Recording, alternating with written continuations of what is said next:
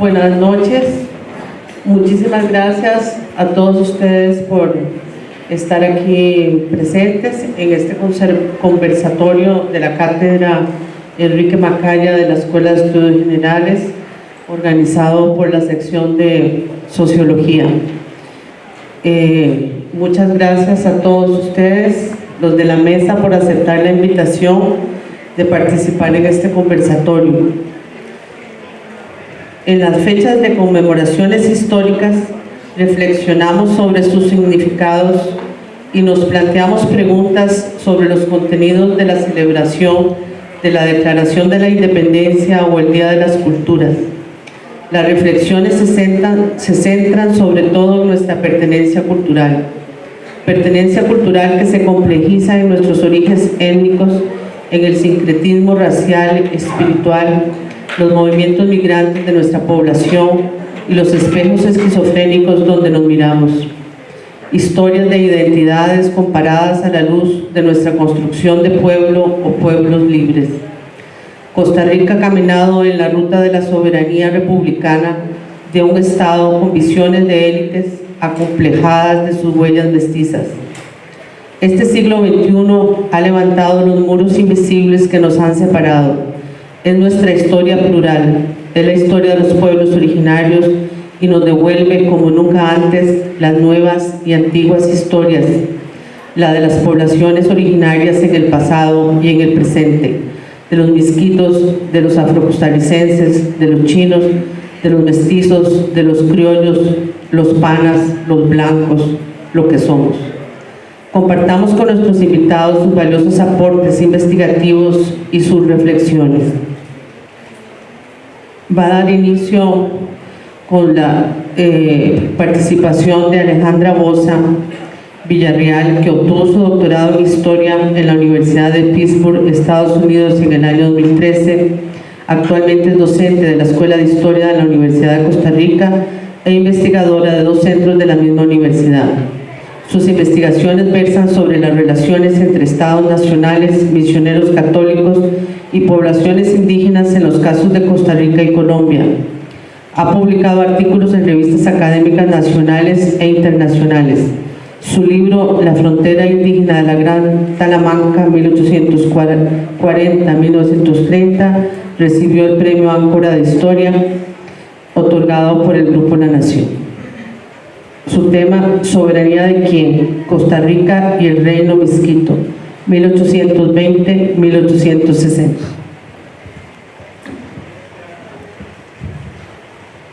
Buenas tardes. Primero que nada quiero agradecer a Macarena por la invitación y a ustedes por estar acá presentes. Cuando recibí la invitación yo le propuse a Macarena varias temáticas porque las poblaciones indígenas que yo trabajo, que son las de Talamanca, en realidad no sufren un impacto directo de la independencia sino hasta finales del siglo XIX. Entonces, Macarena, de todas las opciones que le propuse, le pareció que la más interesante estaba relacionada con el tema del Reino Misquito. Entonces, mi ponencia trata de la diversidad cultural tangencialmente y más bien entra un poco más en la historia política, es decir, es diversidad cultural indirectamente porque es un reino indígena con mezcla afro, pero no voy a entrar directamente en ese tema, sino en temas un poco más de historia política. ¿Cómo era Costa Rica al momento de la independencia? En la visión tradicional, la que hemos aprendido en nuestros cursos de cívica y estudios sociales, la idea es que Costa Rica ya estaba lista, ya era una nación, ya éramos todos costarricenses, nos identificábamos como tales y por lo tanto la independencia era algo así como el siguiente paso lógico en la evolución de todos los pueblos y a Costa Rica le tocaba en ese momento. Hoy en día ya hay un consenso bastante general entre historiadores de toda América Latina de que el proceso de independencia no fue así, fue muchísimo más complicado que eso. Tomó mucho tiempo desarrollar estados, tomó mucho tiempo decidir cuáles iban a ser las unidades políticas, las nuevas unidades políticas, y tomó todavía más tiempo crear identidades que correspondieran con esos estados. Probablemente esto no será historia nueva para ustedes, pero yo quiero entonces presentar un elemento que fue complejo en esa creación de un estado y de una nación costarricense. Mi tema se refiere a la gran incertidumbre territorial que había en la década de 1820, en 1821. En este mapa, casi todos los mapas que voy a usar han sido elaborados por don Héctor Pérez, que está aquí sentado, entonces le debemos una gran deuda. En este mapa se nota lo complejo que fue la formación territorial del Estado costarricense, es decir, todas esas áreas que están marcadas de diferentes formas son áreas que fueron disputadas por una u otra nación. Generalmente lo que se ha enfatizado son las naciones que hoy en día existen como tales, entonces por ejemplo Nicaragua y también Colombia, del cual Panamá se independencia en 1903, ¿verdad? Sin embargo, hay un actor que generalmente no aparece en algunos de estos mapas, que es el reino Miskito, que es del cual quiero hablar yo. Y esta zona que yo marqué en rojo es la zona del territorio costarricense que fue disputada por el reino Miskito.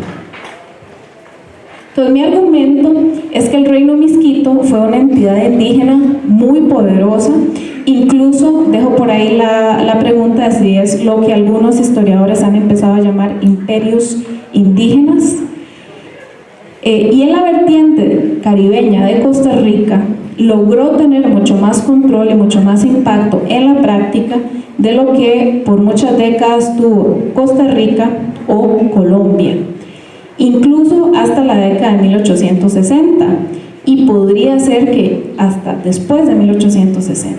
Y entonces mi idea es que hay que reevaluar algunos de esos poderes políticos indígenas que existen en esa época. Una ubicación de contexto. Inglaterra fue una potencia enemiga de España, casi siempre en guerra. Durante casi toda la época colonial hubo guerras constantes, y además desde muy temprano Inglaterra tuvo interés en controlar también algunos territorios de América. Por supuesto, las 13 colonias en Norteamérica, las islas del Caribe, en las cuales llegó a tener colonias, y la costa caribe de Centroamérica. Esta es la que me interesa especialmente porque el reino Miskito se ubica en la costa caribe centroamericana.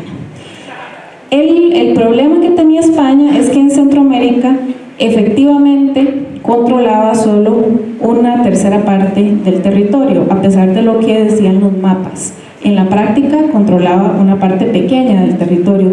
Este es otro mapa que muestra las zonas que efectivamente estaban controladas durante la época colonial en Costa Rica.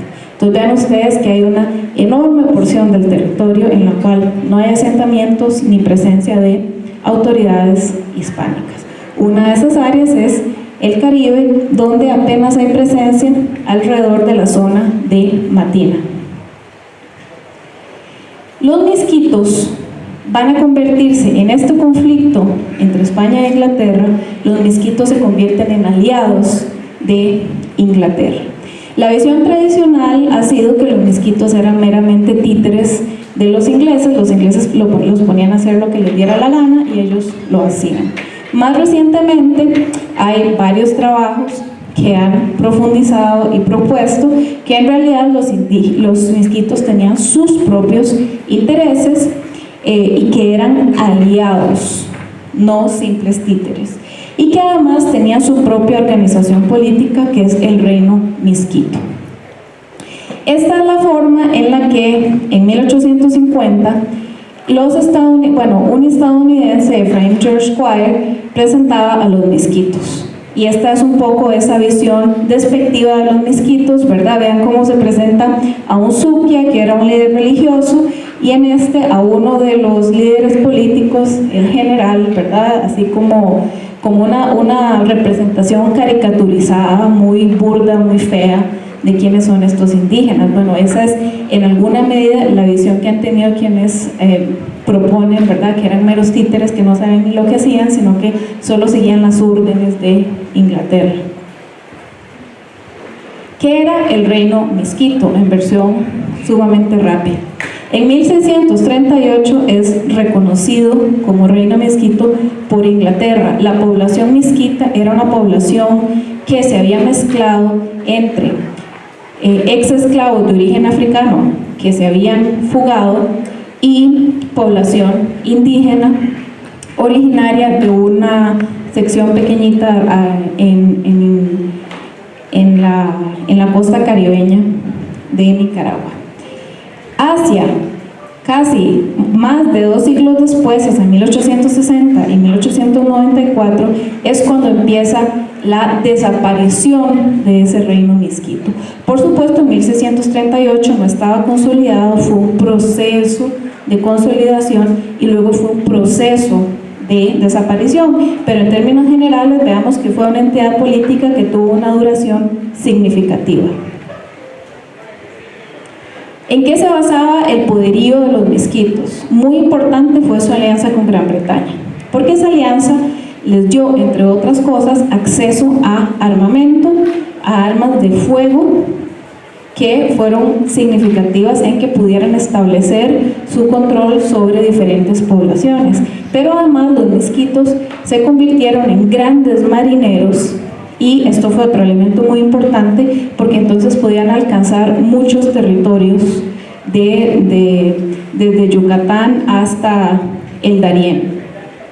Era una entidad descentralizada que tenía 4 líderes regionales con igual poder, ¿sí? No estaba centralizado en un rey, sino que había estos 4 líderes que eran el rey, el general, el almirante y el gobernador. Hubo imperios indígenas en el siglo XIX, es decir, ¿será que uno podría considerar a estos misquitos como un imperio indígena? Hay una propuesta reciente que han hecho algunos autores, sobre todo para el caso de los comanches, que están, por supuesto, en el norte de México y sureste de Estados Unidos, proponiendo que los comanches fueron un imperio indígena durante una parte del siglo XIX. Esa es la zona de la comanchería, y en realidad este imperio comanche tiene características muy similares a lo que fue el reino misquito. ¿Fue el reino misquito un imperio indígena?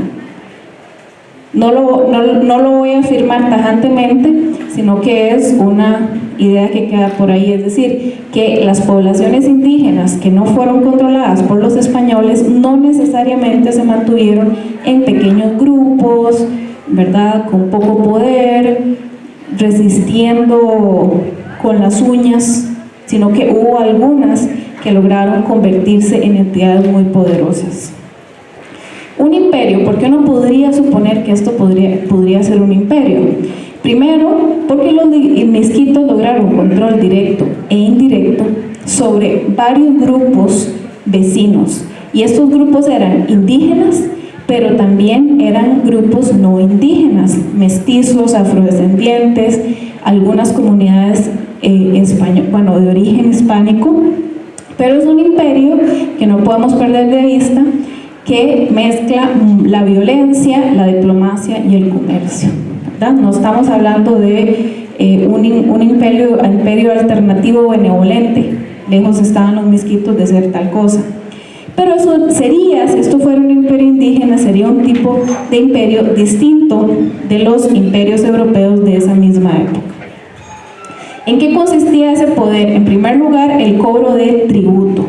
Los misquitos empezaron a cobrar tributo a diferentes poblados que estaban en sus vecindades. Estos poblados, como les digo, no solo eran de otros grupos indígenas, sino que también podían ser comunidades que estaban bajo el control nominal de la corona española. Por ejemplo, Matina pagaba un rescate para evitar ataques de los misquitos y lo pagó por mucho tiempo. También los misquitos, la manera en la que construyeron su gran poderío fue a través de expediciones marítimas que realizaban cada año y duraban varios meses. ¿Qué hacían en esas expediciones? Eran expediciones muy violentas en las cuales tomaban miles de cautivos de diferentes grupos indígenas que luego vendían como esclavos a lugares como Jamaica, Belice o las 13 colonias de Norteamérica. Robaban un montón de cosas. En Matina, por ejemplo, robaban cacao casi todos los años y además aprovechaban para cobrar los derechos de pesca de tortuga en las playas caribeñas, ¿sí? Incluso en las playas de Costa Rica. Es decir, quien quería ir a cazar tortugas, que era una actividad muy importante en esa época, tenía que pagar un derecho a los misquitos. Este es otro mapa en el cual se puede ver cuáles eran las flechas rojas, indican todas las zonas donde los misquitos entraban y hacían incursiones y robaban y sacaban indígenas esclavizados o otra gente esclavizada. Esta área sombreada entre Honduras y Nicaragua en la parte caribeña es la zona donde estaban directamente los asentamientos de los misquitos, y las áreas en rojo son zonas donde entraban y los indígenas se atacaban. Entonces vean que incluso podían llegar al Petén, ¿verdad? En Guatemala.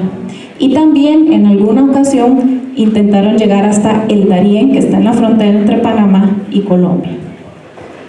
Una de las actividades más importantes de esta época que realizaban los misquitos y otros indígenas era la pesca de tortugas de carey. Y esta pesca se relacionaba con las redes comerciales en las que también participaban los misquitos, que era comercio de exportación a través de Jamaica, que era colonia británica. Ahí vemos la alianza entre misquitos y británicos, y esos bienes de exportación iban hacia Europa y hacia Estados Unidos. ¿Y qué era lo que exportaban? Bienes que ellos producían, bienes que recibían como tributo y bienes también que habían saqueado. Y uno de esos bienes eran los esclavos indígenas, los cautivos que habían tomado y iban a vender como esclavos, y este comercio siguió por lo menos hasta la década de 1840. ¿Cuál es su presencia en el Caribe de Costa Rica? Ahí voy al tema, ¿verdad? Porque era el Reino Misquito y Costa Rica. Bueno, en Costa Rica había poblaciones que pagaban tributo. Ya mencioné Matina. Matina pagaba lo que ellos llamaban una regalía, es decir, no lo reconocían como tributo, pero bueno, era un pago sistemático. Además, los indígenas nazos o teribes de Bocas del Toro, que en ese momento, en la época colonial, era parte de la provincia de Costa Rica, también pagaban tributo a los misquitos. Además, cobraban por el derecho de la pesca de tortuga, es decir, quien quiera que quisiera pescar tortugas en cualquier playa del Caribe costarricense tenía que pagarle un derecho al reino misquito. Y por supuesto, tomaban cautivos y los vendían como esclavos. Eso pasó con muchos indígenas bribris en Cabécares que terminaron trabajando en plantaciones en Jamaica o en Belice, o incluso entre los colonos ingleses que vivían en la misma costa de la Mosquitia. ¿Cuándo declinó el control del reino misquito sobre el territorio costarricense? En 1840 el gobierno de Costa Rica dejó de pagar la regalía que pagaba para mantener a Matina protegida, pero los misquitos regresaron en gran número después. ¿Por qué? Porque la pesca de tortuga ahí era muy abundante, entonces había interés de regresar. Algunas veces se ha argumentado que un tratado que firman Gran Bretaña y Estados Unidos en 1850 es el que le pone fin a las demandas de los misquitos de controlar todo el territorio que iba incluso hasta Bocas del Toro, que habíamos visto en una de las primeras filminas. Sin embargo, en mi investigación yo he encontrado evidencia que el Tratado de 1850 no fue un fin tan definitivo, porque en realidad todavía en 1862 persisten en Talamanca la presencia de varios misquitos, uno de ellos por lo menos políticamente muy influyente y que tenía pretensiones de control territorial sobre Talamanca. ¿Por qué esto es importante? Porque recuerden que el Estado costarricense no controlaba la mayor parte de la costa caribeña de Costa Rica, y eso incluía toda la zona indígena de Talamanca.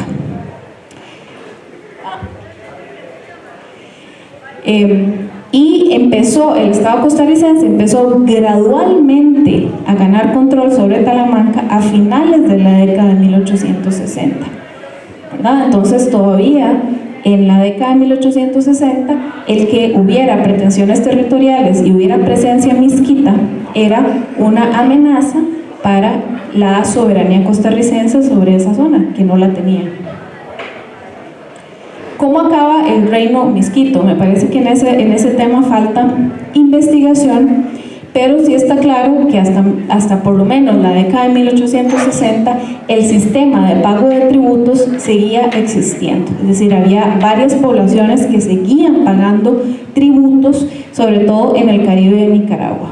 Entre 1860 y 1894 hay una pérdida gradual de autonomía frente al Estado hondureño y el Estado nicaragüense, que están en un proceso de consolidación, y en 1894 sucede lo que el Estado nicaragüense llamó reincorporación, pero la gente local llamó derrocamiento violento de la Mosquitia a la nación nicaragüense. Este tema de los misquitos, bueno, a mí no me parece interesante solo por el hecho de lo efectivos que fueron en desafiar la soberanía sobre una zona que Costa Rica no controlaba, sino porque además hoy en día tenemos presencia misquita en Costa Rica. Los misquitos siguen siendo una población muy importante dentro de Nicaragua, pero no solo en Nicaragua. Hoy en día se calcula que hay más o menos 4.500 personas misquitas en San José, Limón, Guanacaste y Punta Arenas. Entonces, para cerrar, ¿qué es lo que yo propongo? Que el reino misquito tuvo mucho poder en el Caribe de Centroamérica, incluyendo a Costa Rica, que fue reconocido legalmente por Inglaterra, eran aliados, por supuesto, y en la práctica también fue reconocido por otros grupos indígenas y por comunidades hispánicas. ¿Cómo se da ese reconocimiento a la práctica? Se da a través del pago de tributo, del pago de derechos de pesca y simplemente del poder que tenían los misquitos de entrar y capturar personas para luego venderlas como esclavos. Entonces, en la práctica, por lo menos hasta 1860, el reino misquito es una presencia mucho más efectiva, tiene poder mucho más efectivo en el Caribe de Costa Rica que el Estado costarricense o quienes disputaban esas tierras, que era el Estado colombiano en esa época. Y esta es una fotografía de una familia misquita actual en Nicaragua. Muchas gracias.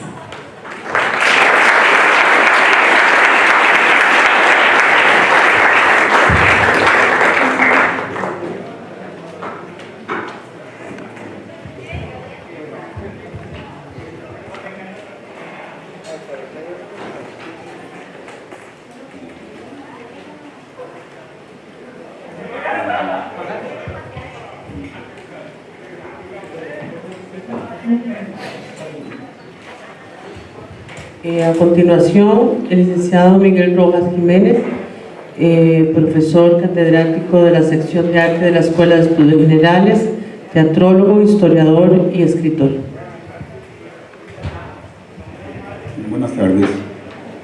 Me ha interesado más en la parte de historia el mueble colonial costarricense y una identidad a partir de esos bienes y ese patrimonio material perdido o en proceso de investigación para un rescate sobre ese tema, y también sobre el periodo de nuestra independencia como costarricenses, viendo desde adentro y buscando esa raíz de pertenencia nuestra dentro de ese mundo amplio y diverso.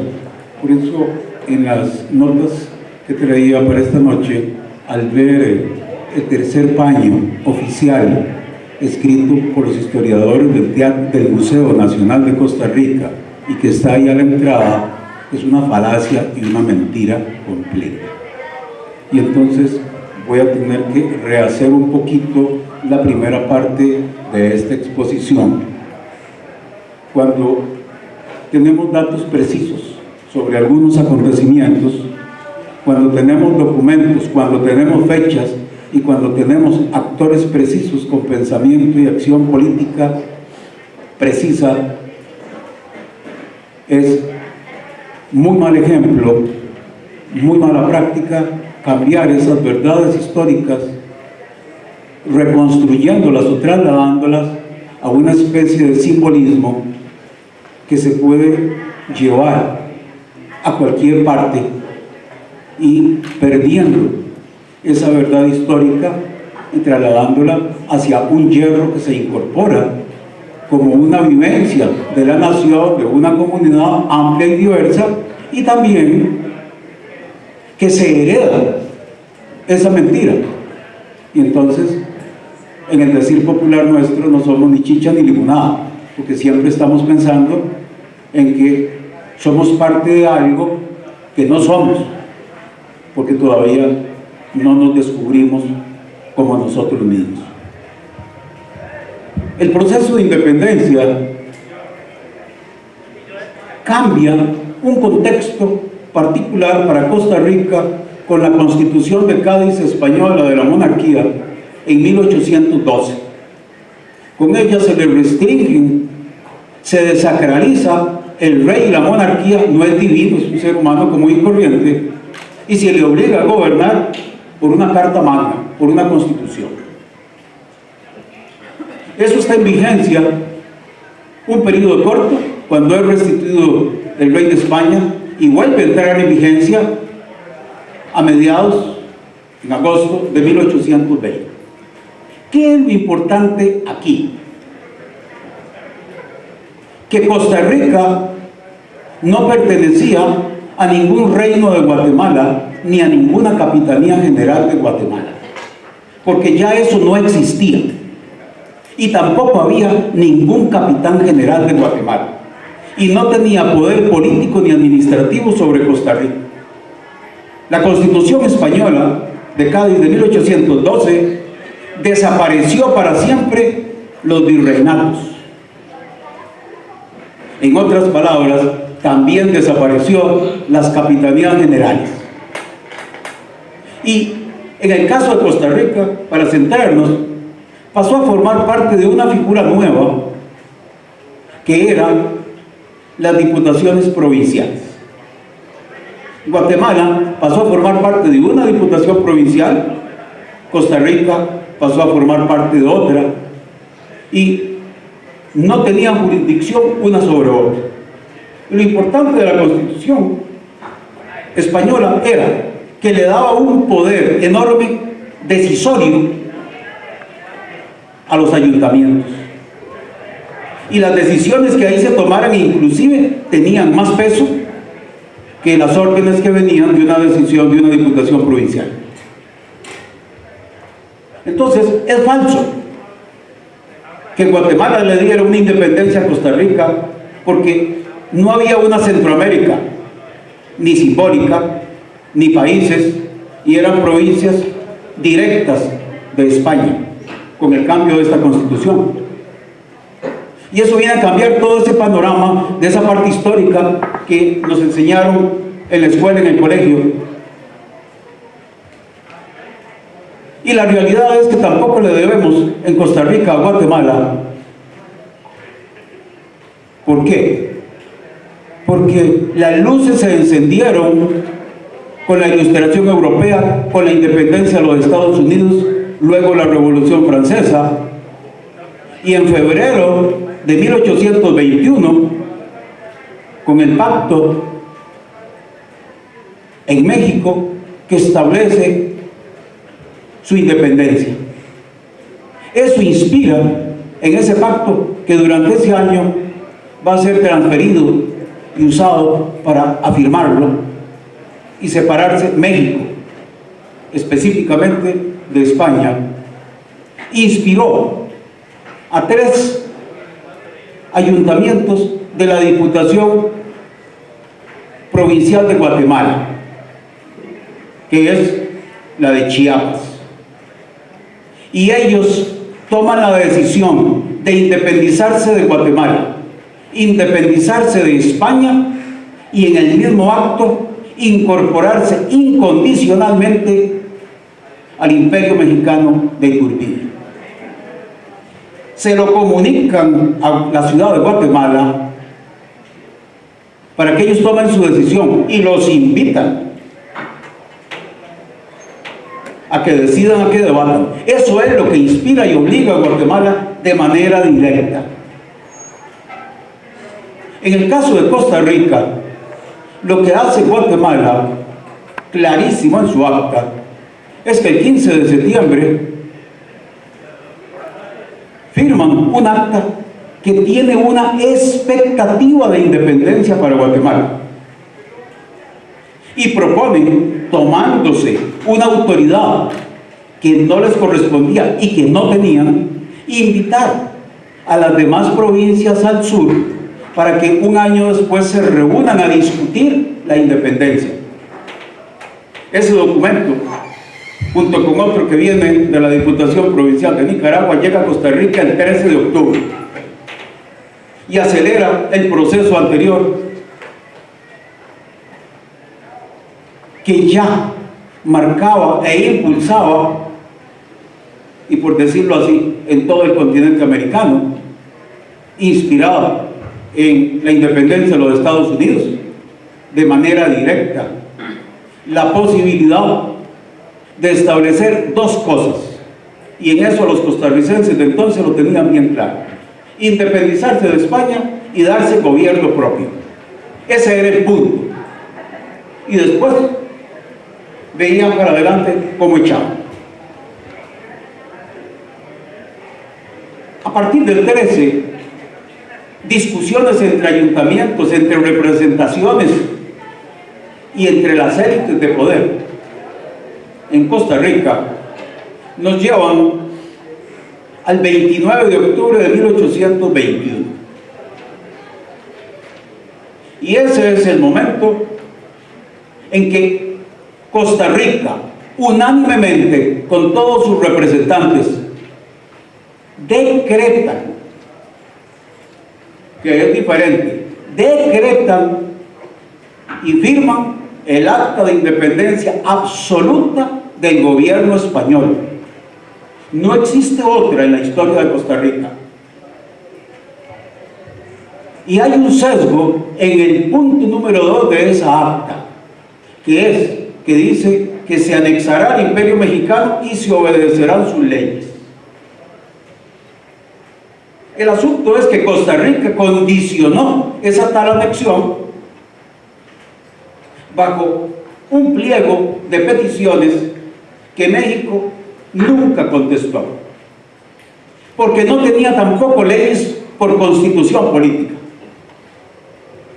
Y Costa Rica, a partir del 29 de octubre, un mes después, el 1 de diciembre, tiene su Carta Magna y se empieza a gobernar ya con una junta de gobierno, con una estructura de poder moderno, con separación de poderes, en una mezcla de necesidades propias basadas en la adaptación de la Constitución de Cádiz. Y en derecho constitucional eso es muy simple. Cuando el país tiene constitución política y se gobierna por ella, ya es un Estado. y ahí empieza el Estado de Costa Rica. Entonces, en 1823, entre aquellos que estaban a favor de una anexión a México o mantenerse en otra línea de acción, hay un congreso que reúne como Congreso Provincial a toda Costa Rica, y el Congreso ratifica indubitablemente que Costa Rica nunca ha pertenecido a México y que está en pleno dominio de su soberanía y puede hacer lo que quiera, puede tomar las decisiones que quiera, unirse, no unirse, hacer lo que quiera. Todo eso es documentación escrita, y así se lo hace saber al Imperio Mexicano de Iturbide en dos ocasiones, un año después y 2 años después, que es el 23, y en las dos ocasiones le ratifica documento escrito que están en el Archivo Nacional de Costa Rica, pero no les da la gana enseñarlo, donde le dice que el 29 de octubre de 1821 se libraron del gobierno terrorista del gobernador español Juan Manuel de Cañas, buscando la felicidad a los intereses de este pueblo y no a otro. Y eso cambia totalmente las cosas si nos lo hubieran enseñado en la escuela, en el colegio, y nos dejáramos de otros tiempos. Entonces, ¿cuál es el meollo de este asunto? Que hemos creado una fecha simbólica que no existe, porque el proceso del 15 de septiembre es después. Y cierro aquí.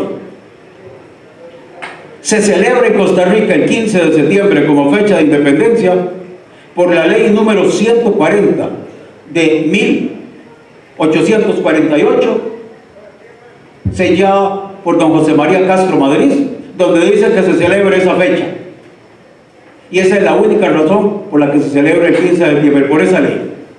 En 1975, el presidente de la República, Daniel Oduber Quirós, y su ministra de Educación y Cultura, Carmen Naranjo Coto, decretan el decreto número 5303-E, donde establecen el 29 de octubre de 1821 la única fecha y firma de la independencia de Costa Rica. Y cierro aquí. ¿Por qué entonces no celebramos el 29 y el 15? Porque una cosa es ley de asamblea legislativa, que en aquella época era Congreso, y otra cosa es un decreto. Y el decreto es menor a una ley de Congreso o de asamblea legislativa. Esa es la única razón. Lo demás lo podemos ampliar en el curso de estas pláticas. Muchas gracias, Miguel. A continuación, Diana Senior Angulo, politóloga de la Universidad de Costa Rica, máster académica en Historia de la Universidad de Costa Rica, doctora en Historia de la Universidad de La Sorbona, profesora de la universidad vinculada a la sede del Atlántico, así como a la Escuela de Estudios Generales y investigadora de temas de cultura afrodescendiente. Buenas noches, muchas gracias a Macarena y a la cátedra por la invitación. En realidad lo que voy a plantear es una reflexión en perspectiva histórica sobre lo africano, lo negro y lo afrodescendiente, tomando como punto de partida no la independencia, pensar en la independencia como un punto de inflexión, pero el periodo y el proceso inició un poco antes. Dentro de la variedad de grupos humanos, y la idea es que al final tengamos la posibilidad de debatir y de compartir algunas ideas al respecto. Dentro de esta variedad de grupos humanos que conforman lo que hoy es Costa Rica, voy a permitirme puntualizar algunos elementos fundamentales con relación a las poblaciones africanas, las cuales al ser arrancadas de África terminan sintetizando sus culturas dentro del panorama humano en gestación. Dijo el exsecretario general de las Naciones Unidas, Kofi Annan, sobre las formas más contemporáneas de esclavitud. Donde existe la esclavitud, es negada la dignidad humana y avergüenza a todos los que dicen estar comprometidos con los derechos humanos. Como no todo lo acontecido en aproximadamente 3 siglos fue bueno, de la conquista y la colonización persiste, pese a la independencia primero y a la abolición de la esclavitud después, ese ligamen colonialista, que no es exclusivo de los pueblos negros del continente americano, sino de más allá, por esta ficción de las razas entre comillas, por esta obsesión fenotípica, pasamos de africanos con toda la gama de orígenes, saberes y líneas genealógicas a simplemente negros, revestidos en un principio más por referencias o etiquetas, si lo prefieren, impuestas externamente, que por consideraciones propias, o de estas consideraciones propias sincretizadas con los nuevos aportes culturales que coincidieron en estas tierras, y la ponencia de Alejandra es bastante reveladora en ese sentido. Por eso, como lo recordara célebremente el líder sudafricano Nelson Mandela, nadie nace odiando a otra persona por el color de su piel, o su origen, o su religión. No obstante, con toda la interacción colonial y humana, paradójicamente, para el caso de Costa Rica, no se podría hablar de origen afro en la población si no se hubiera producido la migración afrocaribeña a finales del siglo XIX. Sin embargo, estas poblaciones pasan de cofradías, asociaciones mutualistas, en medio del culto a la negrita, la patrona de Costa Rica y un héroe nacional erizo. Por ello es que hablar contemporáneamente de afrodescendientes no solamente responde a una ruptura colonialista, también da cuenta de esa diversidad cultural que nos atraviesa a todos y que nunca pudo resumir la pigmentocracia. Con el cierre, el pasado fin de semana, a propósito de los carnavales de Limón, se tiende a focalizar el aporte afrocostarricense básicamente en materia de artes, música, baile, comida, ahí también se incluye el deporte. Sin embargo, el principal aporte ha sido trabajo, y duro, para levantar obras ferroviarias y de infraestructura que fueron puestas en desuso durante una muy buena temporada, y más trabajo para la sostenibilidad económica y exportadora construida paralelamente al progreso y desarrollo nacional. A propósito de campañas y propuestas políticas, en el contexto en el cual estamos actualmente, llama la atención la insistente necesidad de fomentar el bilingüismo inglés-español, ¿no?, tanto en estudiantes y así como en la actual y futura fuerza laboral. Curiosamente, el bilingüismo hacia mediados del siglo XX fue visto como amenaza identitaria, así como competencia para la educación pública, cuando vino a la mano las escuelas de inglés afrocaribeñas.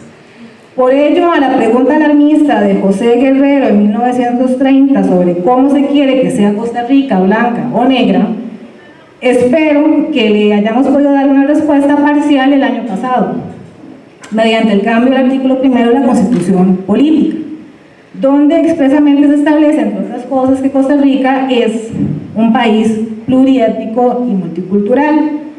Y dije que la respuesta hasta el momento sigue siendo parcial, porque no basta con un cambio constitucional, cuando la tarea sigue estando pendiente tanto en los hogares como en los centros educativos, desde el nivel materno-infantil pasando hasta el universitario. Y este espacio que nos convoca el día de hoy es un ejemplo de lo que podemos hacer.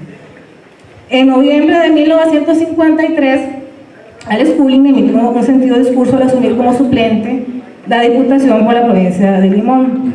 Abro comillas, dijo lo siguiente: la representación que se me ha conferido es una distinción que procuraré honrar llevándola con honor y dignidad. Es a la vez una grave responsabilidad, pues lleva implícita la tarea de convencer a los poderes públicos y al país que la provincia de Limón es parte de Costa Rica, no solo desde el punto de vista geográfico, político y económico, sino también cultural y socialmente. Cuando se llegue a la plena comprensión de esa verdad, la provincia de Limón tendrá las escuelas, los caminos y los hospitales todo en plural, que tanto necesita. La igualdad de trato para las provincias que como la de Limón no la han disfrutado es el objetivo al cual dedicaré mis mejores empeños, cierro comillas, 1953. Su trabajo y pionerismo le valió ser reconocido en el 2002 como benemérito de la patria y padre de la igualdad jurídica en el país. Para cerrar quisiera recordar la obra de Eulalia Bernal, poetisa afro-costarricense, quien dejara plasmado en su poema Ahora que soy tuya Limón, 1989, lo siguiente: ahora que veneran tus viejos edificios, ahora que tus prostíbulos son casas de cultura, cultura afro, indígena, hispano, judío, china, ahora sí me atrevo a mirarte. Tengo en mis manos vestigios de tu historia.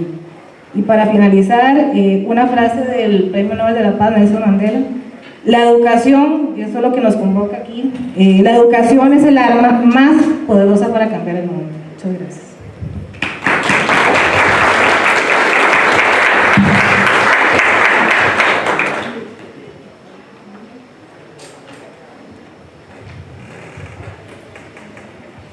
Muchas gracias, Diana, por tu participación, y le damos la bienvenida a don Héctor Pérez Briñole, doctorado de tercer ciclo en Historia por la Universidad de París, catedrático emérito de la Universidad de Costa Rica y la Universidad Nacional, catedrático Humboldt, miembro fundador del Centro de Investigaciones de América Central y del Programa Centroamericano de Población, autor de numerosos textos fundamentales de historia económica de América Latina, de Centroamérica y Costa Rica.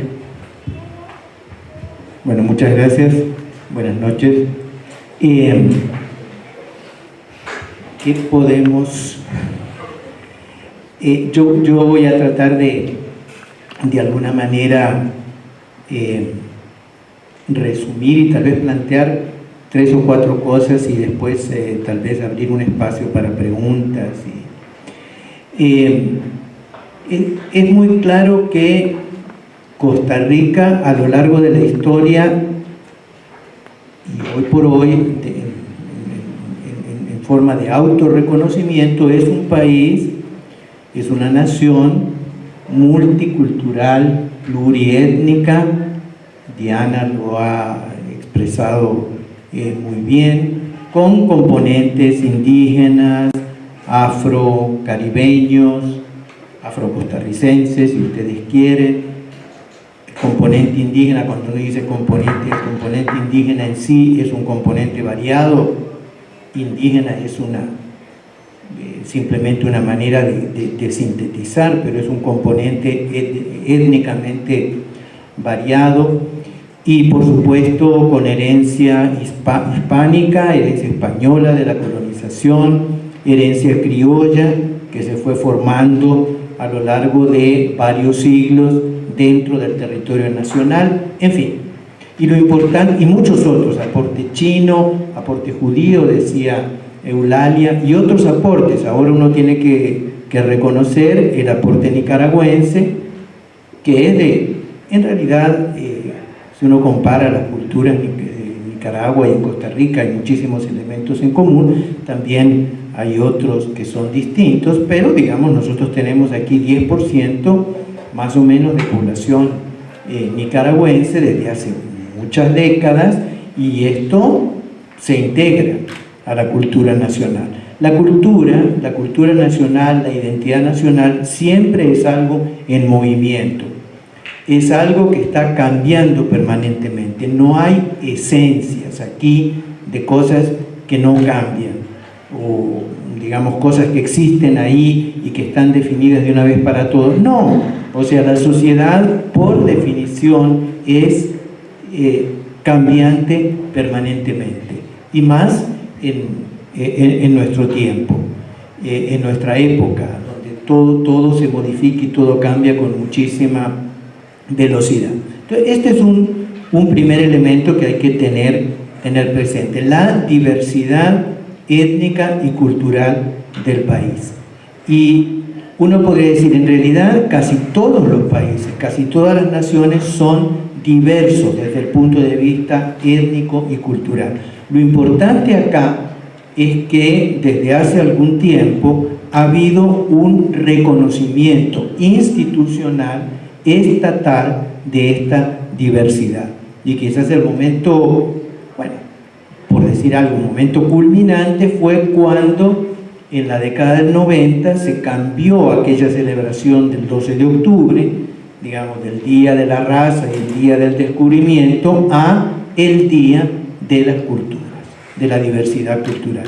Esto fue, digamos, reconocimiento oficial, reconocimiento institucional. Esto sin duda ha sido un paso muy importante. Ahora, si ahora vamos al tema de la independencia, Costa Rica empieza a existir como Estado, como Estado independiente en el siglo XIX.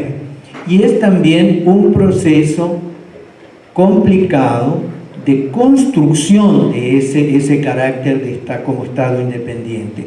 Esto no salió ni se dio de una vez, ni en un momento determinado. Es un proceso de construcción bastante largo, aunque a veces cuando uno lo mira de manera muy sintética, uno dice, bueno, desde 1821, desde 1848, si uno empieza a hilar fino, la cosa es más complicada. Alejandra nos mostró muy claro cómo, con el ejemplo del Reino Miskito, cómo en realidad, ¿qué era Costa Rica en el momento de la independencia? Era básicamente el Valle Central y un poquito de Guanacaste. ¿Y dónde estaba la población, digamos, que podemos caracterizar como costarricense en ese momento, controlada por el Estado español, la gobernación de Costa Rica, sobre todo en el Valle Central, un poco en Esparza, en Guanacaste? O sea, la mayoría del territorio escapaba al control español. Y Alejandra lo mostró muy bien con el caso del Reino Miskito, donde, por ejemplo, Matina pagaban tributo a los misquitos y pagaron durante mucho tiempo después de la independencia en 1821. Entonces, el poder del Estado es un poder que se va construyendo. Y bueno, la independencia fue un proceso complicado y un proceso básicamente de las élites. Y lo podemos explicar de manera muy rápida así.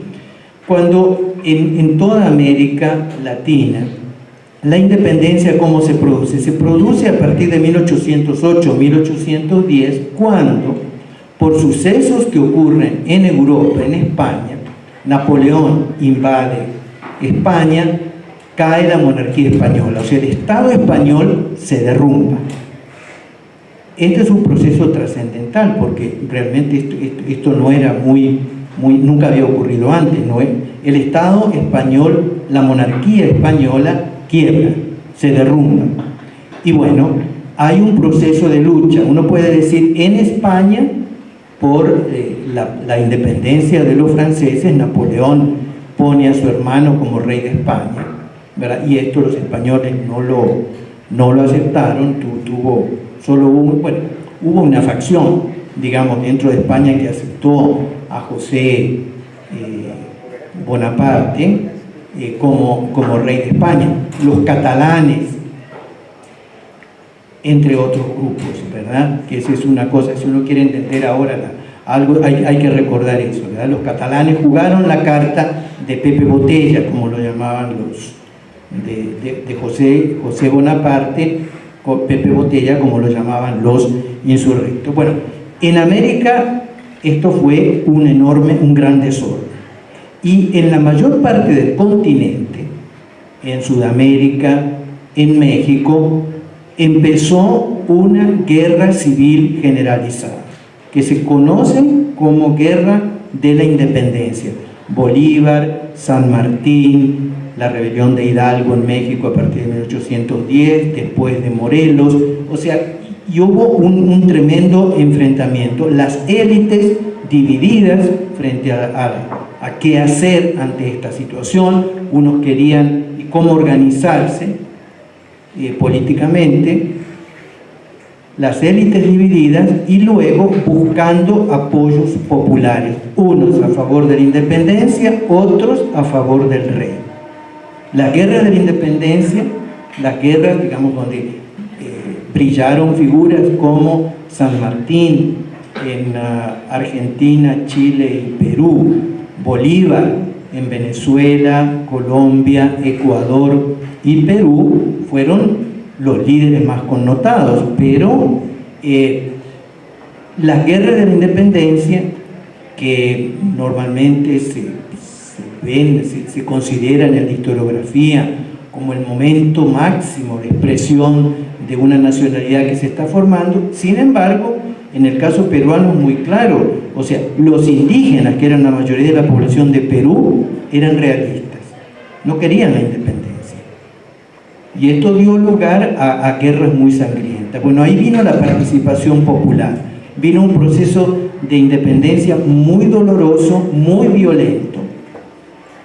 Bueno, en México también fue así, fue muy violento, diríamos una verdadera guerra civil, con miles de muertos. En Centroamérica no pasó mayor cosa. En Centroamérica no pasó mayor cosa. Como ustedes saben, en Centroamérica, bueno, hubo algunos intentos, pero en general, digamos, en España después comenzó la reacción contra los franceses y en Cádiz se reunieron los diputados y elaboraron la Constitución de Cádiz en 1812. Pero Costa Rica, el Reino de Guatemala, mandó representantes a Cádiz. Hubo diputados centroamericanos, hubo también diputados mexicanos, hubo diputados peruanos, hubo diputados colombianos. La Constitución de Cádiz fue un intento de constituir el Estado, de redefinir la monarquía española como una monarquía constitucional. Pero eso no funcionó. ¿Por qué? Porque cuando el rey volvió, Napoleón fue derrotado y Fernando VII volvió en 1814, lo primero que hizo fue abolir la Constitución y metió presos a los diputados. De manera que esto fue una cosa que no tuvo realmente, uno puede decir sí, que las diputaciones, pero esto no. Después aquí en Centroamérica vino Bustamante como capitán general, que persiguió y fue un déspota. Entonces, la Constitución de Cádiz sí fue un intento de reformular la monarquía española con participación de las colonias o de las excolonias, porque digamos que ahí el estatus, aunque en realidad las colonias no tenían las antiguas colonias no tenían en la Constitución el mismo estatus que los otros reinos de la península, tenían un estatus inferior, y ese quizás fue el punto el defecto más serio de la Constitución de Cádiz, que era una constitución liberal. Ellos estaban tratando de imitar lo que habían sido las constituciones liberales en Francia después de la Revolución. El liberalismo francés los influenciaba muchísimo. Bueno, esto fracasó. La Constitución, hubo una rebelión después en España en 1820, en agosto de 1820, agosto, septiembre, por ahí de 1820, pero esto también fue al puro final. Eso no duró mucho, porque después vino la reacción y Fernando VII de nuevo fusiló a los militares que encabezaron la rebelión tratando de restaurar la Constitución de Cádiz. La independencia de México y de Centroamérica vino así.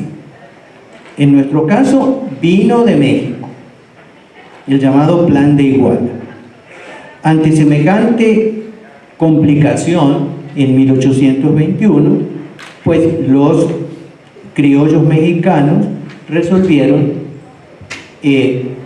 proclamar la independencia de España y enviaron representantes, enviaron misiones para solicitar la adhesión al Plan de Iguala, al llamado Plan de Iguala, que era independencia, igualdad de españoles y americanos y respeto a la religión católica, y le ofrecían el trono a un príncipe Borbón. Como un príncipe Borbón, ningún príncipe aceptó esto, entonces uno de los jefes militares, Agustín de Iturbide, se proclamó emperador. Entonces lo que mandaron, lo que vino hacia Guatemala y llegó el 15 de septiembre fue una cosa para las élites, las descripciones que hay de lo que pasó el 15 de septiembre, y sí, se reunieron en Guatemala las autoridades y resolvieron adherir al Plan de Iguala, es decir, independizarse de España.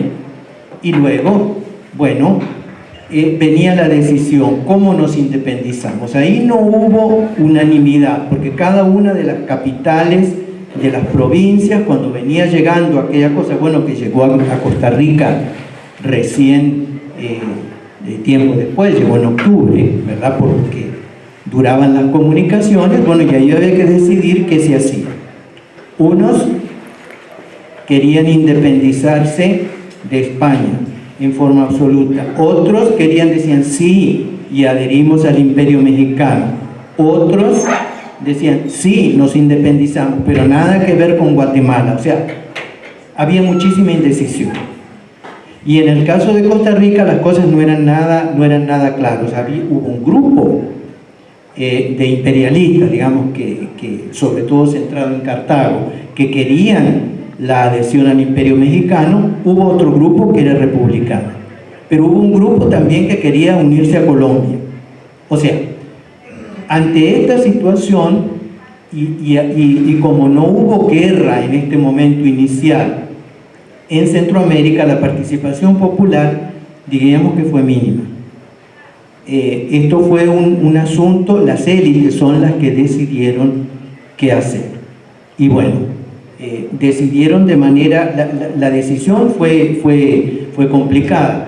El Imperio de Iturbide no sobrevivió. Aquí en Costa Rica se dio la paradoja que el primer enfrentamiento civil, que es entre imperialistas y republicanos, que se salda en el combate de Ochomogo, hay unos pocos muertos. Bueno, desgraciadamente, cuando se libró ese combate de Ochomogo, ya estaban peleando por el imperio y la república, pues ya el imperio no existía en México. Lo que pasa es que con lo que tardan las noticias para venir, aquí no se enteraron. Y llegaron a las armas y hubo muertos, o sea, por una cosa que ya no existía, que era el Imperio Mexicano. Ya Iturbide había sido depuesto y ya habían proclamado la República. Bueno, después viene un proceso que es el proceso de adhesión de Costa Rica a la Federación Centroamericana. Y ese es un proceso complicado. Ahí sí hay guerras civiles. Costa Rica participa muy poco, que queda un poco fuera de estas guerras civiles, que sí ensangrentan mucho a Guatemala, Honduras, y El Salvador y Nicaragua. Costa Rica queda un poco ajena a esto, y después viene todo un proceso de separación que culmina cuando el doctor Castro Madrid proclama la República en 1848. Entonces uno puede decir, bueno, a partir de ese momento sí Costa Rica es un estado independiente. La celebración del 15 de septiembre, bueno, eso es una celebración simbólica. Él te explicó, el doctor Castro Madrid, hay un libro de David Díaz donde explica todo cómo es el proceso de celebración. Las celebraciones con fechas son todas simbólicas. ¿Por qué? Y porque cuando se trata de procesos, o sea, no hay una fecha que no puede, esta es la fecha, porque si no, en procesos que se desarrollan a lo largo del tiempo, si no habría que estar festejando a cada rato, ¿verdad? Porque al final todo sería importante. Los franceses, ¿cuándo festejan la Revolución Francesa? El 14 de julio, la toma de la Bastilla. Eso fue apenas un momento.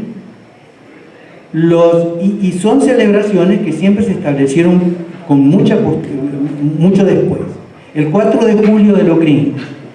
Eso yo creo que fue en 1826 que lo adoptan. O sea, ¿por qué? Porque bueno, al final si van a hacer una celebración cívica, que eso simbólicamente es importante para el Estado, hay que decidir cuándo, hay que poner una fecha. Fíjense que la fecha de Navidad, el 25, nosotros festejamos normalmente, y eso es una cosa de gran fe, el nacimiento de Jesús en la noche del 24 de diciembre. Eso es una celebración puramente simbólica. La Iglesia a lo largo de su historia cambió varias veces, y la verdad es que no se sabe exactamente cuándo fue el nacimiento de Jesús. Y lo mismo ocurre con todo el calendario religioso. Es un calendario simbólico donde las fechas se deciden en forma relativamente arbitraria. Lo importante es si la gente la sigue o no, si la gente lo considera o no lo considera. Ahí uno podría entrar en una discusión, que era lo que nos proponía Miguel. Bueno, ¿qué es lo que habría que celebrar? Yo diría que en el caso de la independencia, eso se resolvió hace muchísimo tiempo con el 15 de septiembre. El 15 de septiembre fue para Costa Rica poco que ver. O sea, ¿por qué? Porque es una celebración de la independencia en Guatemala, pero todos los países centroamericanos lo celebran así. Yo estuve en Honduras la semana pasada, y entonces hubo una mesa redonda también sobre el bicentenario que pronto se cumple de la independencia, y entonces hubo una discusión, decían, bueno, y el 15 de septiembre que aquí festejamos, ¿qué celebramos? Y ahí dicen los hondureños, la independencia de Honduras. Allá tiene un acento nacionalista muy fuerte la celebración de la independencia. Bueno, pero el 15 de septiembre no hubo ninguna independencia de Honduras, en realidad, ¿verdad? Las fechas fueron otras de independencia, pero se celebra el 15 de septiembre. Eso es una convención, en realidad. Y bueno, y si la gente está contenta con la convención, ahí va. Vamos a las preguntas. Bueno, muchas gracias.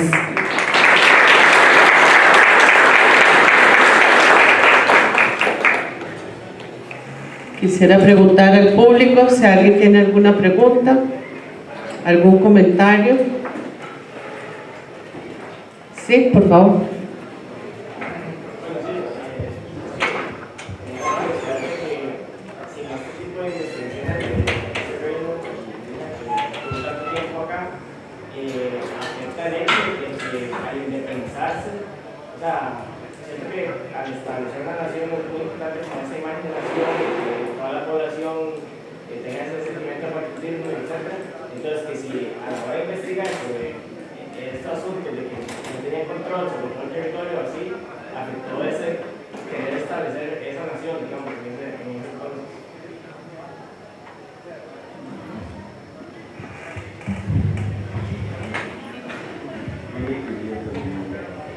Bueno,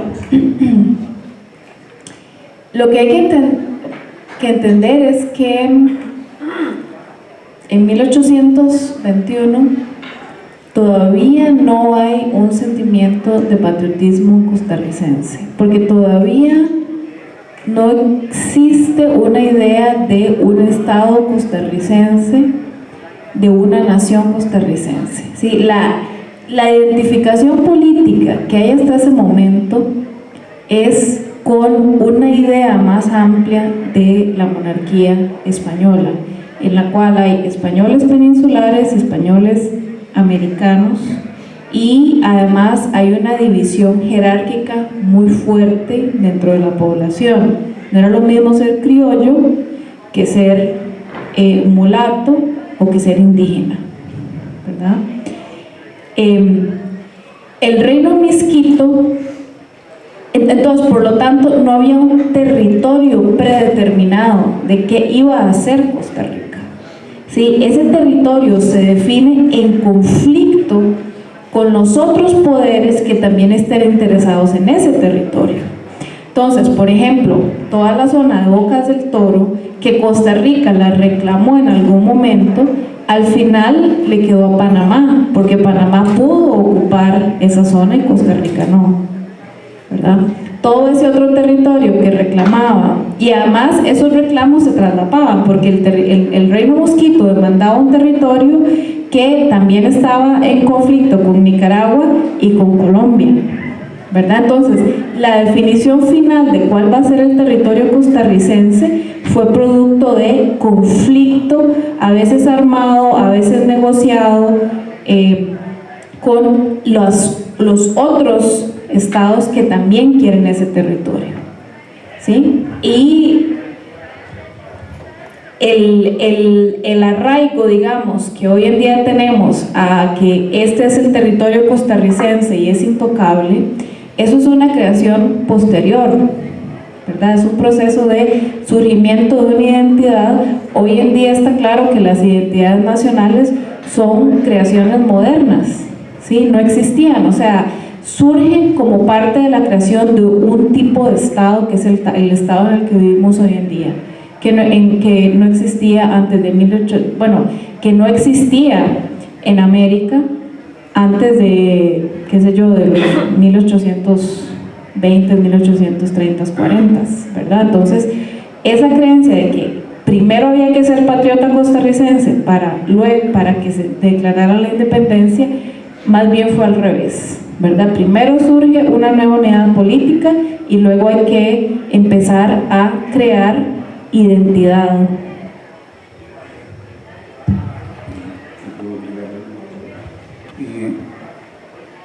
Yo disiento de algunas cosas, lo cual me encanta. Si no, no tendría sentido la idea de un debate. Y la universidad es un foro abierto para debate, para investigación y para ampliar permanentemente ese estado del mundo cambiante. En Costa Rica, por ejemplo, que pierde Bocas del Toro, no estoy de acuerdo con ella. Lo pierde por la fuerza militar que tenía Colombia. Gobernando en Costa Rica, el general hondureño Francisco Morazán, cuando era presidente del área, y nunca levantó un dedo. Y eso es gravísimo. Dejó arrebatarle, comillas, a un conglomerado unido de provincias o de estados, un territorio enorme, porque no tuvo capacidad militar, porque no tuvo respuesta, porque tenía otros intereses. En Costa Rica hay un estudio interesantísimo del historiador Eduardo Morales, en el cual analiza en tiempos finales de la independencia la constitución de la Diputación Provincial que formaba parte de Costa Rica, Nicaragua y el partido de Nicoya. La votación siempre era desfavorable a Costa Rica, porque no tenía los votos, tenía más Nicaragua. Entonces cada vez que Costa Rica pedía algo, se votaba en contrario, nunca se logró nada. Lo mismo ocurrió en Guatemala. Y para ese cuento de la unión y la fecha que dijeron, ¿por qué el 15? ¿Y cuáles son las causas? Diciendo con el doctor Pérez, cuando menciona el libro La fiesta de la independencia, que es la tesis de maestría en historia del hoy doctor David Díaz, porque él solo describe unas celebraciones, pero no toca ninguna causa de los porqués. Y fue una celebración que tuvo años, como él bien lo describe, vacía, y se hacía más bien en términos de una milicia y de un poder militar de una élite. Y fue hasta 1915, en el gobierno de don Alfredo González Flores, que se le traslada todo eso y se le inculca forzosamente en el proceso educativo costarricense para que la celebren en las escuelas y en los colegios. Todo es una farsa, porque no sabían qué hacer con eso, porque no tenía arraigo, porque no había ninguna pertenencia. Porque usted canta el 15 de septiembre Santa Rosa, Rivas y San Juan, y no tiene absolutamente nada que ver con la celebración de la fiesta de independencia de España. Equivocada ahora. Ya expliqué por qué se celebra en Costa Rica, por esa ley de 1840. Entonces, esa conformación simbólica en realidad no es tan simbólica. Responde a otro tipo de intereses. Guatemala le exigió a Costa Rica que si quería formar parte de esa federación tenía que aceptar el 15 de septiembre como la fecha de independencia. Y fueron los salvadoreños, valientísimos salvadoreños, quienes se le enfrentaron al ejército de Filísula, Vicente Filísula, que mandó México a través de Guatemala para que se apoderaran de todo este territorio, uniéndolo en uno y después engullírselo México, porque lo consideraba naturalmente su zona de poder, su patio trasero o su anexo natural. Se le debe a los salvadoreños que fueron derrotados en 2 ocasiones. Y cuando cayó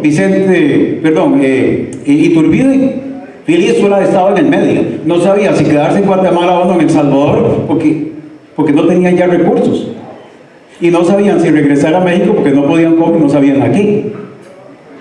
Entonces convoca 2 años después de esta acta de Guatemala, que sí está bien clara, donde dice que las autoridades son de la Diputación Provincial. No es porque así que se reunieron, y están los nombres y los apellidos bien tasados.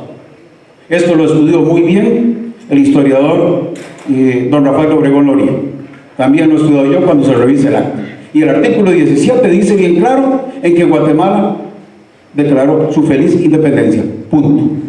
No dice nada más. Y entonces la limita. ¿Por qué? Porque es un acto ilegal, ilícito.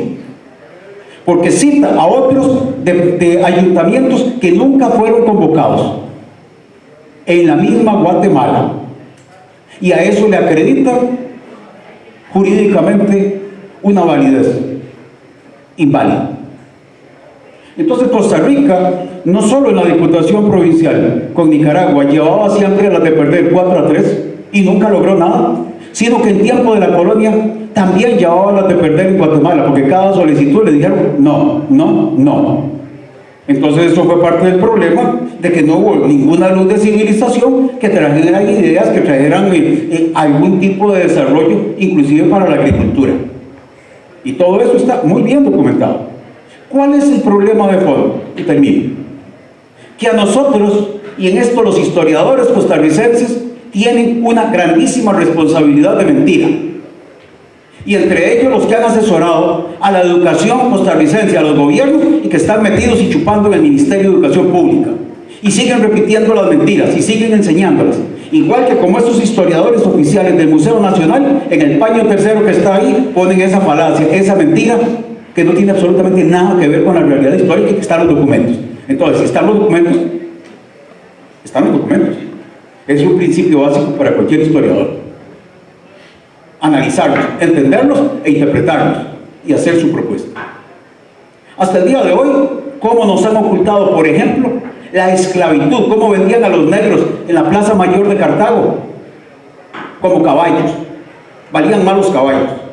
Se les tocaban los testículos y se le abrían los dientes para ver si tenía capacidad reproductiva y a ver en qué estado de salud estaba. Y se subastaban como subastar ganado. ¿Nos han enseñado eso? Nunca. Hasta el día de hoy.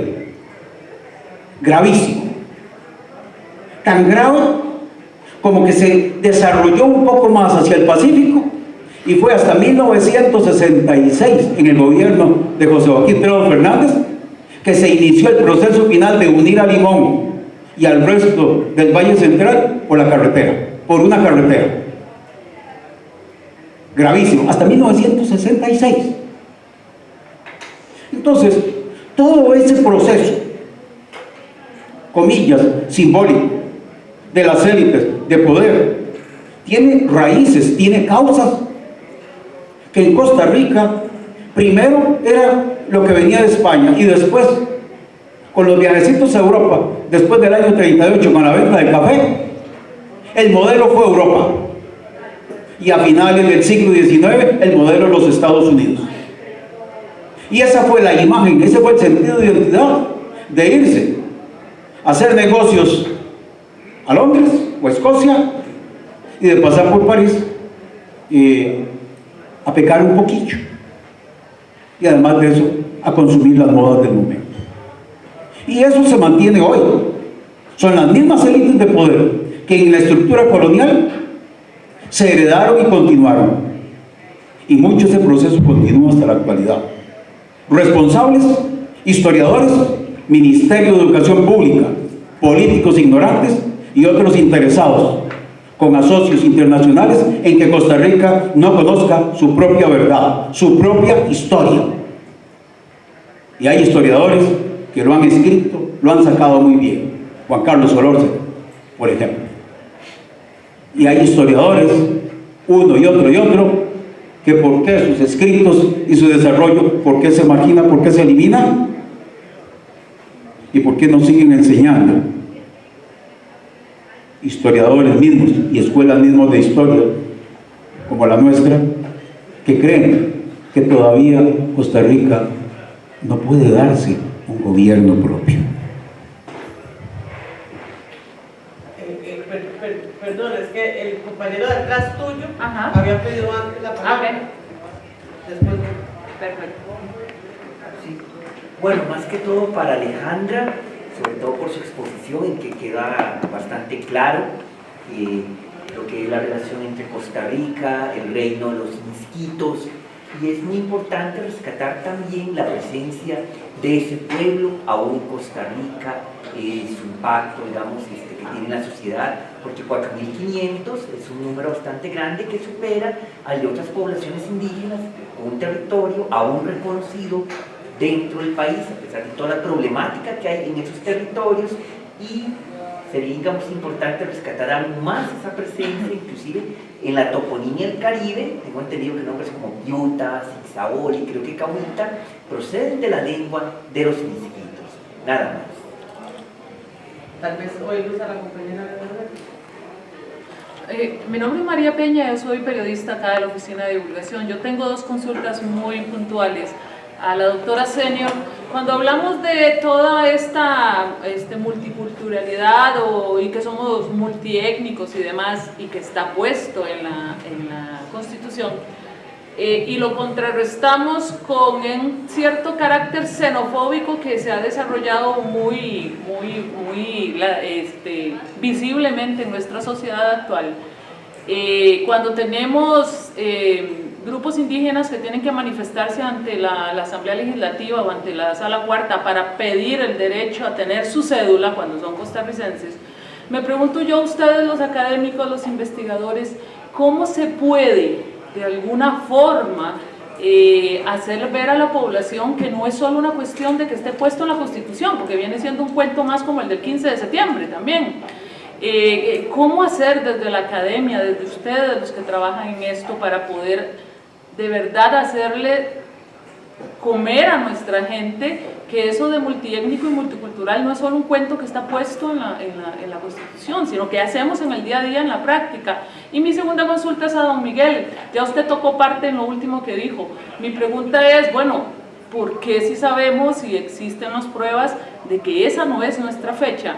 ¿Por qué seguimos entonces ahora en el siglo XXI y habiendo investigaciones y habiendo historiadores y demás? ¿Por qué seguimos entonces celebrando, como lo dice usted, una mentira? Es decir, ¿qué intereses hay ahora? Me pregunto yo, que hacen necesario que sigamos cantando el 15 de septiembre y no en octubre, y que el ministerio se preocupe más porque las bandas en los desfiles del 15 de septiembre no toquen el suavecito, pero que sí toquen todos los himnos relacionados con el cuento de la independencia el 15 de septiembre.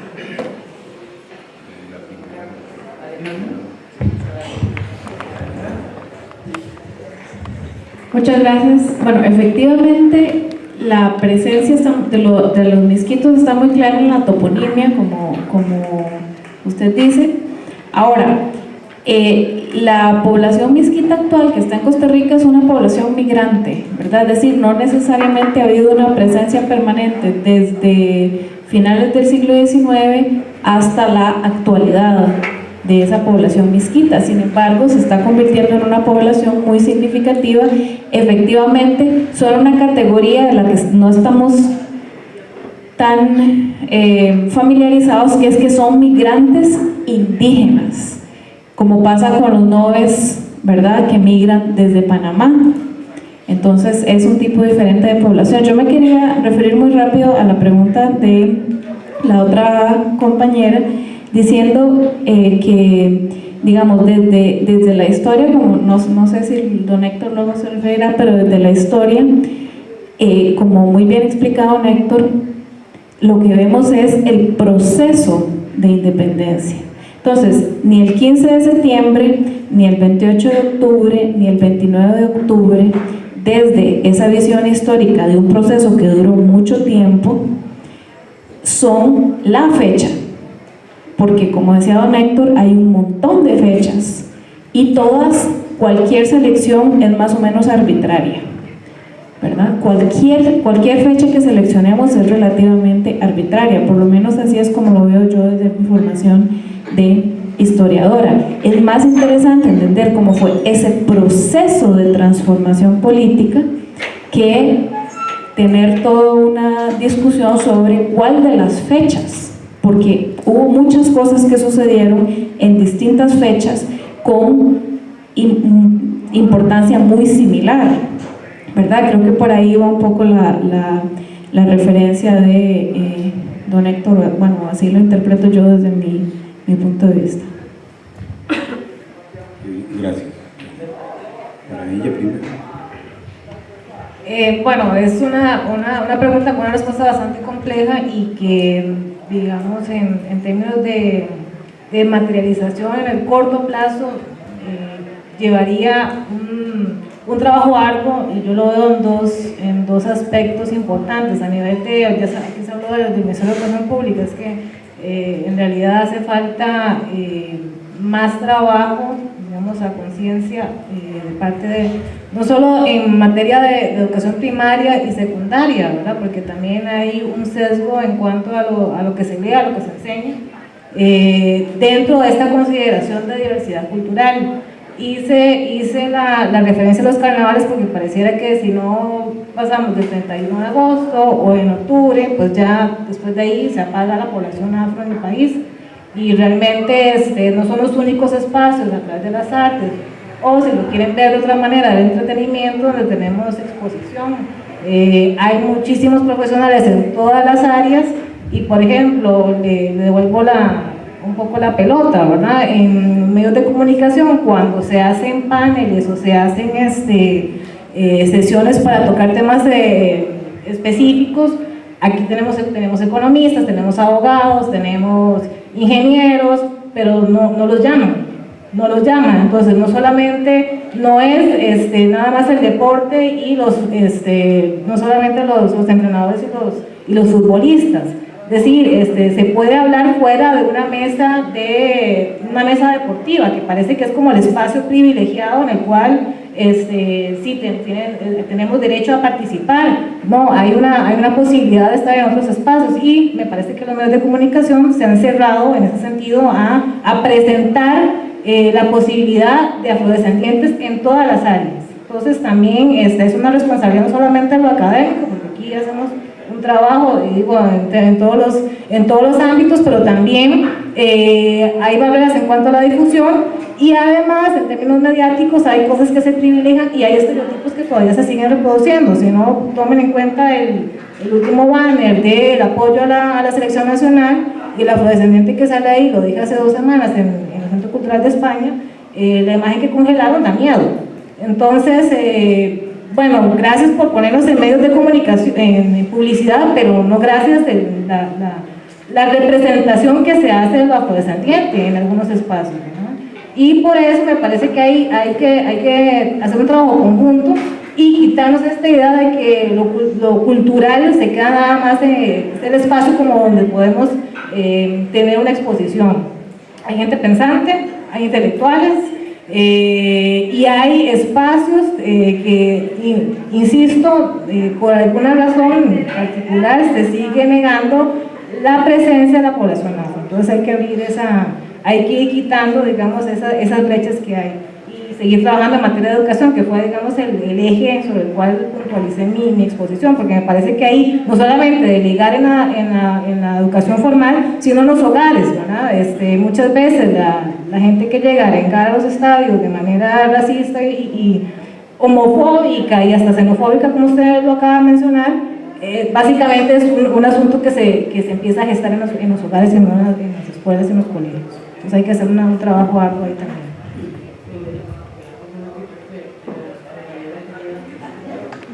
Buenas noches. Yo quiero hacer un comentario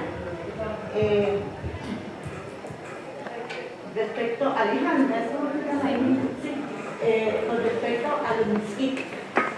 Yo tuve mi primer abordaje, acercamiento con los mosquitos con un texto que se llama Columpio al aire, de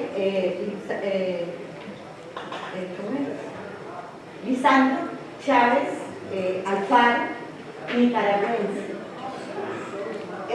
Se los recomiendo porque es un texto novelado y la novela dice lo que la historia no puede. Eso es lo divino de la literatura. Allí se narra la confluencia de todas esas culturas que viven en esta región de Bluefields y más allá de la costa del Caribe. Entonces, a través de este texto, se sienten a esos misquitos, a esos negros, a esos alemanes, a esos ingleses, ¿verdad? Se siente, se huele la música mezclada con los clásicos de Alemania, ¿verdad? Es un texto realmente muy bueno. Si tienen interés, lo pueden conseguir y leer. Lisandro Chávez murió en el 2006, él murió, y tiene todo este tipo de literatura, y en este caso da a conocer a estos misquitos. Y es un texto en donde explica con actos, con documentos, y también cuenta para que podamos entender de esa simbiosis cultural cómo por lo menos uno de los misquitos, el hijo ahorita no recuerdo de cuál rey misquito, fue a estudiar a Inglaterra y venía aquí y andaba vestido a la usanza de los ingleses, ¿verdad? Así es que les quería contar, porque tienen interés vos, chica, que revisar esa lectura. Muchas gracias. Una pequeña digresión de la parte que no desarrollé sobre la diversidad cultural de la nación costarricense. En realidad, el Estado costarricense y toda la población costarricense privilegiada y todas las instituciones del Estado están en deuda. Están en deuda con toda la marginación que han hecho y han querido tener invisibilizados a esos pueblos originarios y a esas nuevas combinaciones de sincretismos que se van haciendo con aportes que vienen de muchas partes del planeta, de muchas culturas, de muchas inmigraciones.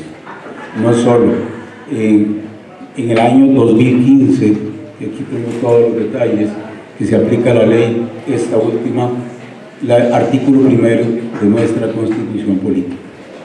Y ahí está bien claro, eso es un papel, pero en Salitre siguen matando a nuestros primeros costarricenses. Oiga, la diferencia con ellos. Ha sido la Universidad de Costa Rica, a través de kioscos y a través de estudiantes y vicerrectoría, que han colaborado a riesgo de que les peguen un tiro, y la fuerza pública simplemente brilla por su ausencia, y la política tuvo que intervenir en Naciones Unidas para empujar al Estado a que encontrara una solución, a que por lo menos entablara un diálogo. Y hasta ahí. En el expediente 18.286 de la Asamblea Legislativa, un caballero de Cartago, a través del diputado Jorge Rodríguez, presentó el proyecto de ley para corregir la fecha de independencia de Costa Rica. En ese proyecto puede encontrar usted, sin que yo sea parte de ese proyecto, cómo la falacia de la Academia de Geografía e Historia le responde a consulta de la Comisión de Asamblea Legislativa las mentiras y las barbaridades que dice para que no se cambie. Y entonces yo, como civil, como persona, reviso el documento y le respondo al diputado presidente derribando cada punto que contesta la Academia de Historia y Geografía. Nunca lo leyeron, nunca archivaron el expediente, todo. Pedí, porque ahí consta el documento, que me recibieran en una cita para poder explicar en la comisión esos alcances y la importancia. Nunca les interesó. Entonces pedí cita con el diputado entonces Justo Orozco y me dijo: a nadie le importa eso. Y su asesor, abogado Luis Castro, me dijo: bueno, podríamos hacer como un cambiecillo, digamos que es el 29 pero que se celebre el 15. Y vea que le estoy dando nombres y apellidos completos. Y entonces ahí encontramos al historiador Marvin Carvajal Barrantes, graduado de la Universidad de Costa Rica, como asesor durante 8 años del ministro de Educación Garnier, justificando por qué no se puede cambiar y llorando y mintiendo descaradamente. Tema que ni siquiera conocía, que nunca había estudiado y no había escrito ni una letra sobre ello. Y ahí también puede encontrar la respuesta. Y lo terrible es, entre sus mentiras gravísimas, que dice que como Costa Rica pertenece al SICA, Sistema de Integración Centroamericana, en el año 1962, por ahí, que sería terrible que como ya no nos quieren en Centroamérica, que si cambiáramos la fecha nos echaríamos más enemigos y que mejor nos quedemos así calladitos. Todo eso está en la respuesta oficial, en documentos oficiales. Y además agrega que los organismos internacionales nos obligan a tener la misma fecha de independencia porque si no nos negarían préstamos a nosotros. Y eso está escrito y lo pueden leer. Y ya hay el número del expediente, documentación que yo tengo. Eso, por lo poquito. Y vuelvo a concluir esta parte. No estoy de acuerdo. Las mentiras históricas, cuando hay documentos y eventos registrados, como dijo la historiadora, directora durante años del Archivo Nacional, doña Andaluz, dijo, está en el tomo 5, publicado por el historiador Vladimir de la Cruz. Digo, si los actores sociales y políticos de 1821 reafirmaron en documentos que están publicados y que ella misma publica y certifica que nuestra fecha de independencia es el 29 de octubre de 1821, ¿quiénes somos nosotros, casi 200 años después, para decir que esa no fue? Y para crear una invención, un imaginario, algo simbólico, cuando ya existe en la realidad.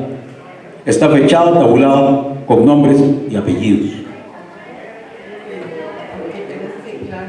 Perdón, bueno, esto creo que es una polémica un poco, yo diría que fuera de época, ¿verdad? Pero yo creo lo siguiente. Quiero decir lo siguiente. Hemos dicho, si hay un proceso, las fechas pueden ser varias y no hay ninguna razón de peso para, digamos, usted puede elegir el 29 de octubre, puede elegir el 15 de septiembre. En realidad, si uno se atuviera más vale a lo que es la formación del Estado, la fecha relevante acá es el momento en que el doctor Castro Madrid proclama la República, porque ese es el momento en que Costa Rica sí se establece como una república y un Estado independiente de todo poder, fuera de la Federación Centroamericana y como país que busca el reconocimiento internacional por sí solo. Esa sí es una fecha relevante. Pero yo no voy a... O sea, ¿qué sentido, honradamente, yo digo, qué sentido, qué es lo que va a cambiar si en vez del 15 celebramos el 29 o celebramos el 29 de octubre o el 31 de agosto? En realidad, no va a cambiar absolutamente, en términos prácticos, no va a cambiar absolutamente nada. Lo reitero, es una fecha simbólica y lo importante es el contenido que se asigne a lo que quiere decir la independencia, qué es lo que significa ser un país independiente. Y eso el contenido que se ponga da lo mismo si se va a celebrar, se puede expresar el 15 o el 29 o en cualquier otra fecha. Lo importante es el contenido, no la forma de bueno, es una cuestión de discusión, pero sí quiero decir, don Miguel creo que es un poco excesivo cuando la Academia de Geografía e Historia da un dictamen a la Asamblea Legislativa. Eso se hace con plena conciencia, con argumentos de peso, y de ninguna manera, o sea, es aceptable esto de que todos los que están disintiendo de la posición de don Miguel son todos más o menos unos mentirosos. No, es una cuestión de interpretación. En esto de la diversidad cultural, yo lo que quería decir es una cosa que creo que no se mencionó, porque estamos hablando de los distintos grupos étnicos, todo esto excluidos de la noción, que en el fondo lo que cuenta aquí es la noción de ciudadanía. Y las otras excluidas en todo esto son las mujeres. Esto no se ha mencionado, pero yo creo que hay que mencionarlo. O sea, cuando uno ve en la concepción de ciudadanía la igualdad de género no se cumple. Entonces no es solo que se invisibilizan a los indígenas, también están invisibilizadas en muchas las mujeres, y esto hay que tenerlo presente. Eso, lo de las mujeres está en otras leyes, no está en lo de la diversidad cultural del 12 de octubre, pero es una deuda pendiente, si hay deudas pendientes de reconocimiento del Estado. Bueno, creo que hemos llegado al final, ya casi que todo el público se fue yendo poco a poco, pues según los buses, ¿verdad? Pero muchísimas gracias a todos los de la mesa. Creo que hemos arrancado con temas importantes. La discusión ha sido muy interesante, y tanto para los historiadores como para los sociólogos, como para cualquier otra disciplina en la universidad, necesitamos más espacios donde compartir más interdisciplinariamente y con muchísimos más temas, que el olvido de nuestra memoria no solo sea repensar el pasado, sino también el presente.